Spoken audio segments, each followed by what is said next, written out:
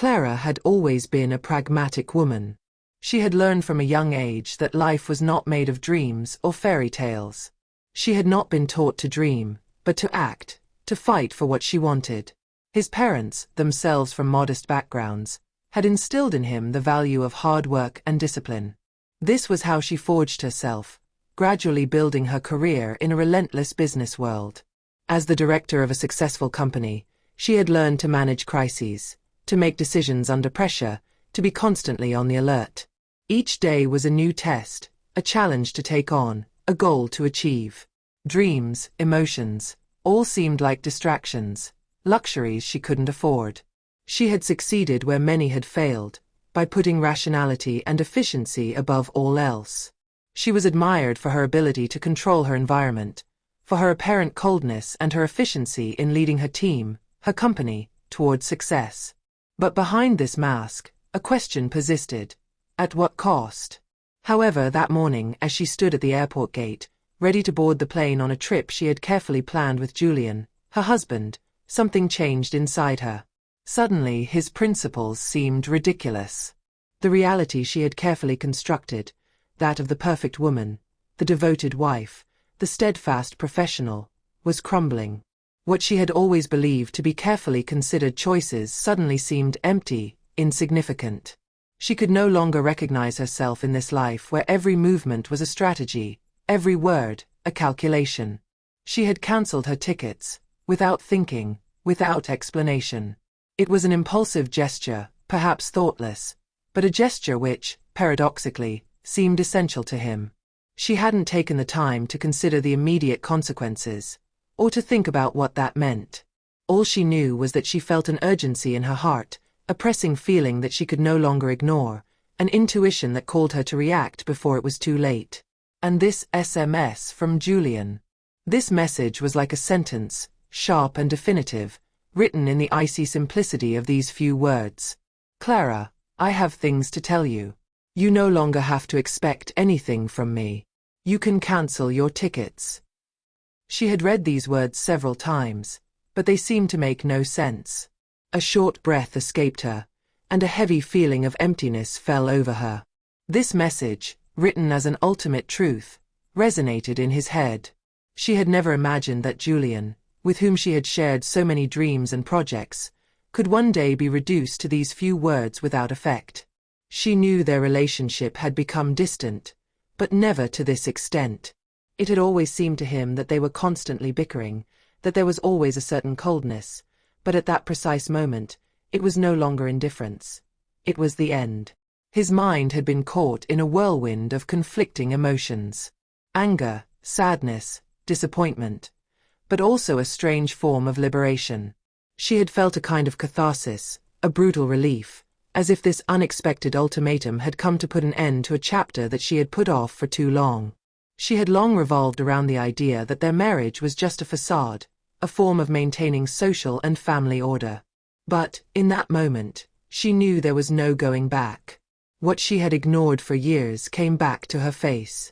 She had made her decision in a flash, as if reason and doubt no longer mattered. The phone in her hands, her heart beating faster than usual, she had cancelled her tickets. Not a word to Julian. Not an explanation. It was a breakup, but not a breakup in the traditional sense of the word. It was a break with herself, a break with the image she had constructed.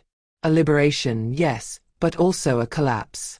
Now she found herself in a crowded airport terminal, surrounded by hurried travelers, indifferent to the crisis unfolding inside her.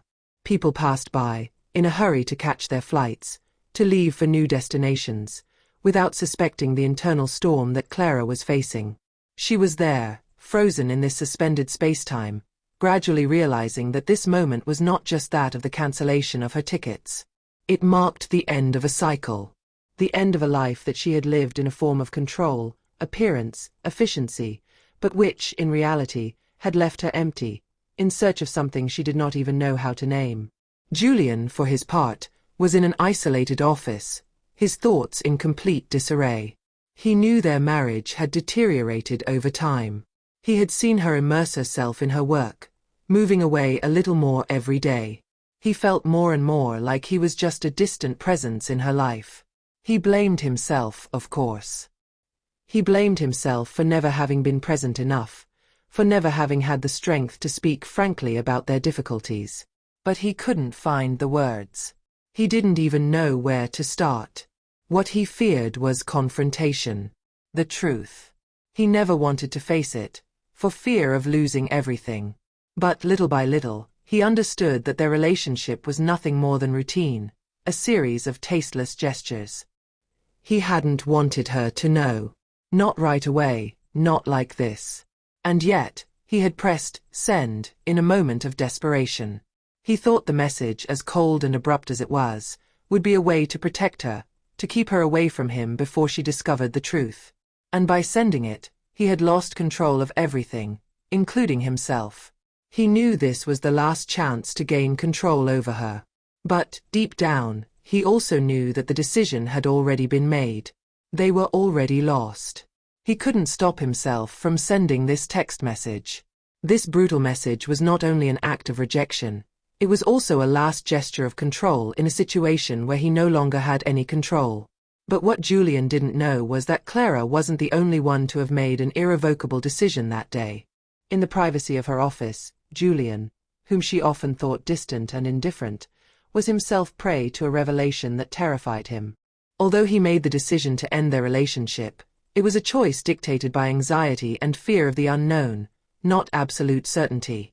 He told himself that he was protecting her, that he was preparing her for a separation that he felt was inevitable. But in his heart, a silent war raged. It was he who, deep down, felt lost, like a man stuck in a corner of his own making. And there, in the seclusion of his office, the moment he sent the text message, he had sought peace in this brutal gesture, thinking it would end the pain of uncertainty. But he didn't know that his action would light a fire that would burn much brighter than his fears. Clara, for her part, had always been a pragmatic woman, like a builder of her own life. Yet that morning, faced with this overwhelming truth, she suddenly felt vulnerable, facing an inner emptiness that she had never taken the time to examine. The cancellation of his tickets, far from being an act of rebellion or fury, was rather a desperate movement of an exhausted heart. She found herself at the airport without luggage, without plans, without certainty of what she was really looking for. She was no longer the Clara who had always controlled her life with almost clinical precision. She was now a Clara in search of something she didn't know how to name. For months, she had felt that something was wrong, long before that brutal text message. Their life together, once full of laughter and complicity, seemed to have slowly faded away. Every day, the silences between them became heavier, their discussions more superficial.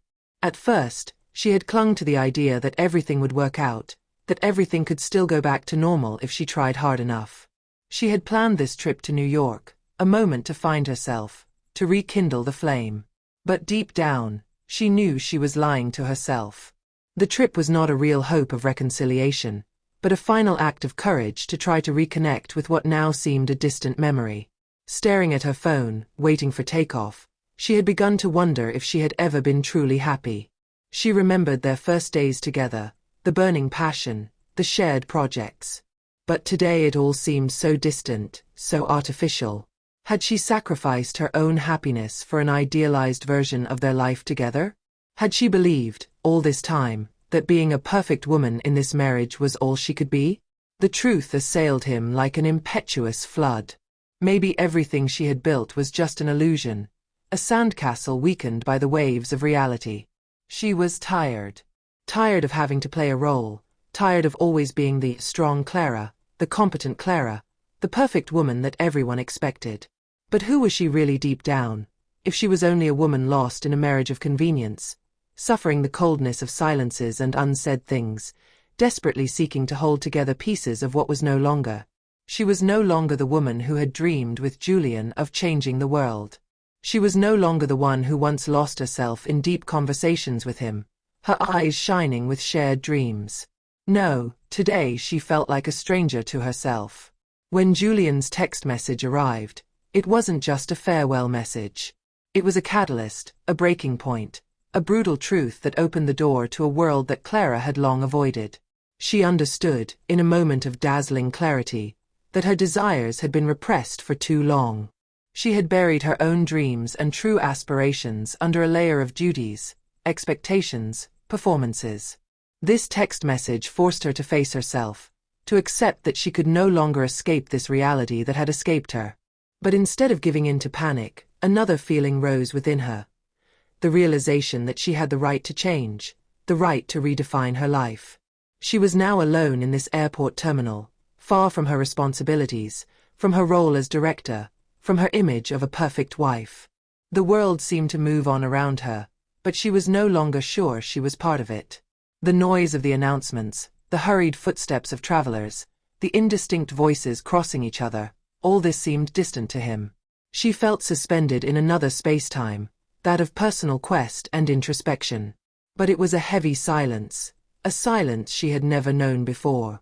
A silence that carried within it the unanswered question, what to do now?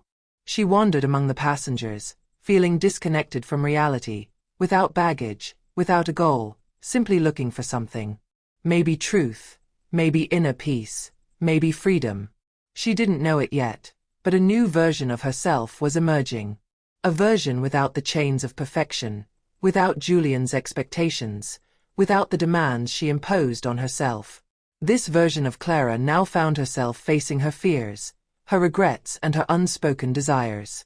The dreams she had sacrificed in the silence of her married years were revealed little by little. They weren't dead, just suffocated by routine, compromise, lack of real communication. But now she felt the rush of a freedom she had never known. A journey towards the unknown, certainly, but also towards self-rediscovery. The days that followed were a whirlwind of revelations, a tumultuous spiral that shook the foundations of Clara's life. The confrontation she so feared finally arrived. Julian, who had always been the distant and secretive man, suddenly found himself vulnerable, a man devastated by the truth he had hidden for so long. It was as if everything they had built together was instantly dissolving before their eyes. The words, heavy with pain and regret, were jostling in his mouth. He cried like a child, his face scarred by years of lies that he had tried to hide behind a facade of dignity and control. He confessed his deceptions, his weaknesses, things he had kept buried in the dark recesses of his soul, that he never thought he would have to face. He told her about his secret relationships, his inability to communicate with her, his needs that he had never shared. Julian, this man she had loved and respected, suddenly seemed like a stranger. And yet Clara could not ignore the sadness that moved her heart, this strange feeling of empathy for a man who had both betrayed her and was now broken by the truth of his own existence. But Clara didn't let herself be carried away by the wave of compassion. She knew it was too late. Too late for excuses, too late to repair what was irreparably broken. Her tears were no longer tears of despair for their relationship, but tears of regret for a relationship that had ceased to exist a long time ago. The secrets, the indifference, the lies, all of it had built a distance that no words could ever bridge. Their story, everything they had shared, was nothing more than a painful memory, an echo of the past that no longer resonated in the present. Clara felt empty at first, then gradually a strange but powerful feeling began to overwhelm her. She felt anger, but also a deep relief, as if a huge weight had just been lifted from her shoulders. She had realized at that precise moment that her whole life had not been devoted to loving Julian, but to responding to external expectations, those of society, of the family, and even of her own fears. Julian, in his confession, had shed light on a truth that she had never dared to see. She had gotten lost along the way. She had wanted so much to save their marriage, so wanted to save what was already no longer savable, that she had forgotten to save herself. She had sacrificed her dreams, her freedom, her voice to be the perfect wife, the impeccable leader. But now she understood that these sacrifices had suffocated her. And all she had ever wanted at one point was for someone, especially him, to truly see her, without filter, without facade. That day, Clara realized that she was not there to repair what was irreparably broken. She was no longer there to save Julian or to save their marriage. What she was ready to rebuild was herself. A project much more ambitious and profound than anything she had been able to imagine until then. The trip she had cancelled, the flight to New York that she had originally intended as a simple escape to rekindle a dying flame, suddenly took on a whole new meaning. It was no longer a journey to another place, a geographical destination. It was an inner journey. It was a journey to freedom. The freedom to rediscover yourself, to question your own existence, and to choose to rebuild yourself on your own terms. The reconstruction of a life that she had ignored for too long, a life where she had never allowed herself to truly be herself, free of her choices, free of her passions, without needing validation from anyone. It was time for Clara to stop defining herself through others and start defining herself. There was no more room for compromise, no more room for relationships that do not nourish the soul. Clara now knew that her happiness did not depend on the validation of a man, however dear he might be. He depended on her alone, on her ability to rise from her own ashes and rebuild a life that would echo her deepest essence. The days passed, and Julian, now alone in this house which no longer felt like a home, tried to find a part of himself in his mistakes. But Clara knew that this path no longer belonged to her. She had made an irrevocable decision. She would not go back. She knew she had sacrificed part of her life, but she wasn't going to continue sacrificing herself for something that no longer nourished her. She signed up for cooking classes, a passion she had put aside due to her busy schedule. She took time for herself, for her friends, for her forgotten projects. She began to travel, no longer to escape a reality she did not want to see, but to enrich herself, to open herself to new perspectives, to new ways of living. This inner journey that she had began to reveal aspects of herself that she had long ignored, dreams that she had never believed she deserved. The Clara of the past was dead, but a new Clara, free and whole, was born from her ashes. And she knew that her future would no longer depend on anyone but herself. This inner journey, which had begun as a simple reaction to the chaos in his life, had become his path to peace, healing, and reinvention. She was no longer looking for validation, but for truth, and she had finally found this truth.